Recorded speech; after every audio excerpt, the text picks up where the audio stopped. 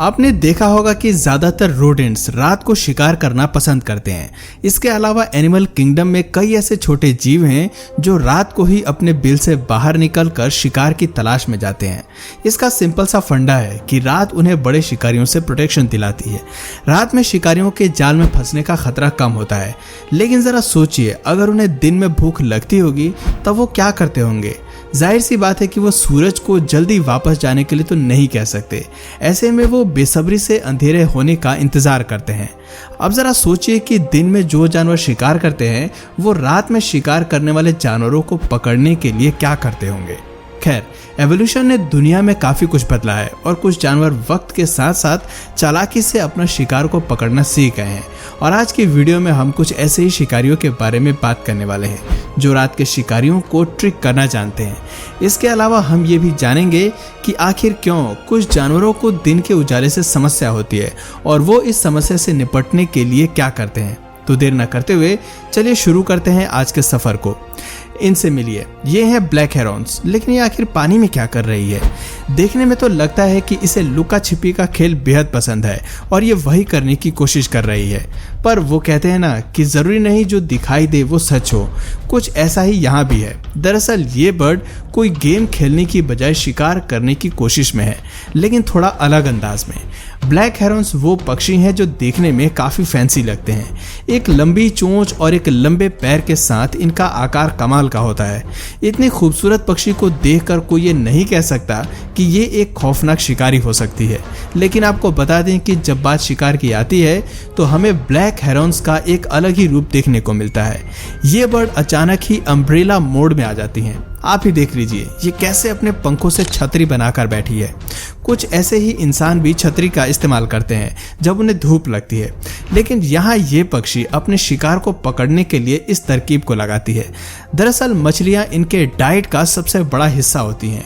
गहरे पानी में रहने वाली मछलियाँ आसानी से ऊपर नहीं आती हैं और धूप में इन्हें देखने के लिए इन्हें छांव की जरूरत होती है, इसलिए ये अपने पंखों का इस्तेमाल करते हैं। इसके अलावा मछलियां जानबूझकर भी पानी की सतह पर नहीं आती क्योंकि वहां सूरज की रोशनी भरपूर मात्रा में होती है और ऐसे में शिकारी से पकड़े जाने का खतरा बहुत ज्यादा होता है। लेकिन जैसे ही हेरॉन की पंखों की छांव पड़ती है तब मछली हेरॉन के इस जाल का अंदाजा नहीं लगा पाती और इस खूंखार पक्षी का शिकार बन जाती हैं। दरअसल हेरॉन की छांव पानी में एक डार्क स्पॉट की तरह काम करती है जो मछलियों को शेड में जाने के लिए आकर्षित करती है।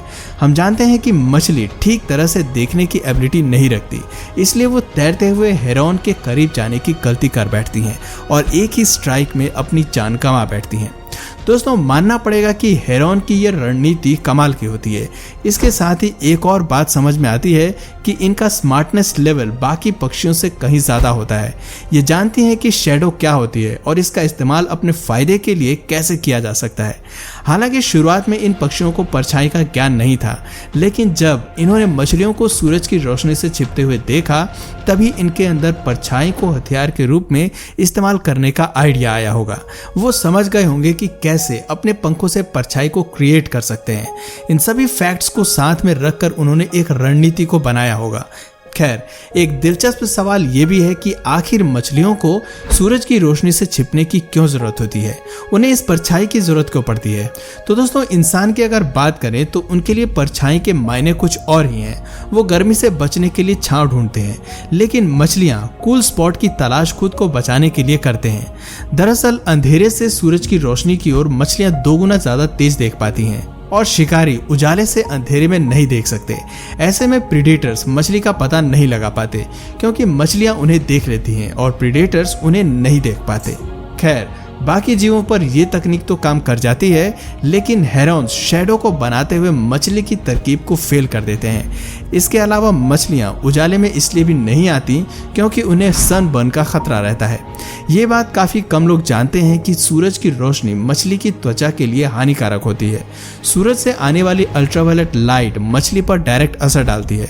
हालांकि पानी उन्हें इससे बचाता है, लेकिन सतह पर आना इसके लिए मौत को बुलावा देने जैसा होता है। खैर, ये तो रही कहानी मछली और हेरॉन्स के बीच की। अब बात करें दूसरे जीवों की, तो एनिमल किंगडम में कई ऐसे इंसेक्ट्स भी हैं जो सूरज की रोशनी से बचने के लिए किसी भी हद तक जा सकते हैं। इनमें से कुछ अपना डेरा जमीन की निचली सतह पर बना लेते हैं। वहां ये केवल सूरज की रोशनी से ही नहीं बचते, बल्कि कई शिकारियों से भी महफूज रहते हैं। इसका सबसे परफेक्ट एग्जाम्पल है वॉर्म्स। आपने देखा होगा कि कई बार बरसात के मौसम में वॉर्म्स जमीन से बाहर आते हैं। ऐसा इसलिए क्योंकि बरसात में उनके घर पानी से भर जाते हैं। जमीन में रहते हुए वो धूप से तो बच जाते हैं, लेकिन बरसात के मौसम में जब धूप नहीं होती तो वो बाहर आते हैं और इसी बात का फायदा सीगल्स को मिलता है।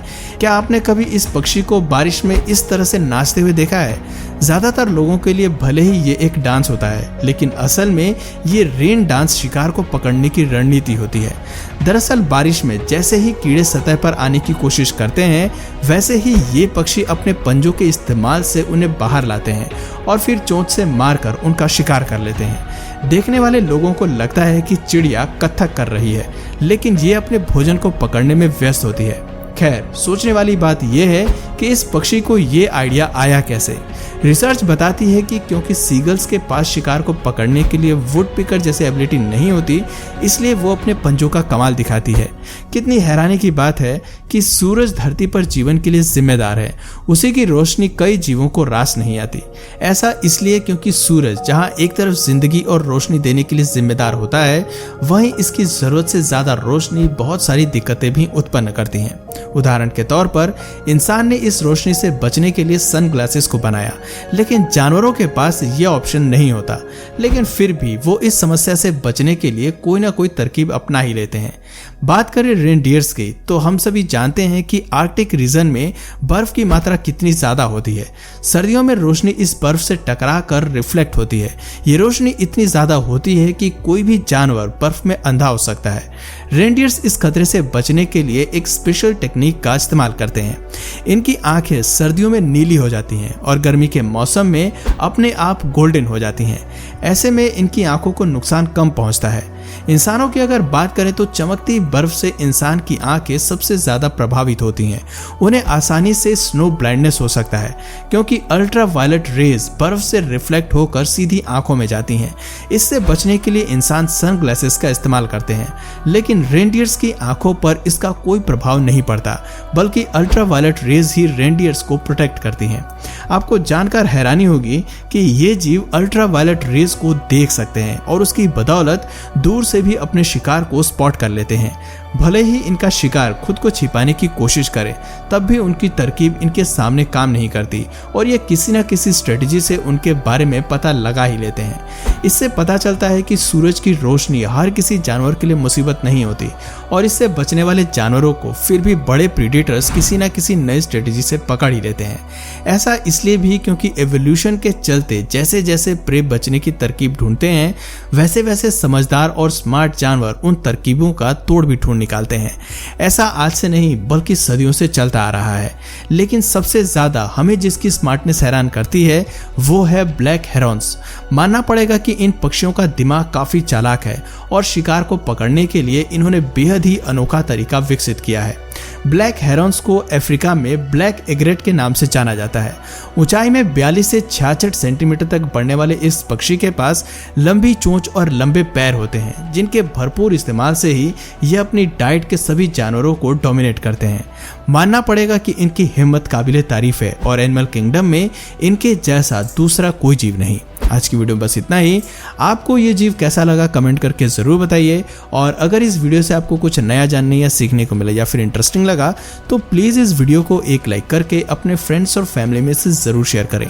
और यदि आप इस चैनल पर नए हैं तो प्लीज इस चैनल को सब्सक्राइब करके बेल नोटिफिकेशन आइकन को ऑन कर लीजिए, ताकि हमारे आने वाले वीडियोज आप मिस ना करें। मिलते हैं फिर किसी वीडियो में नए टॉपिक के साथ, तब तक के लिए नमस्कार।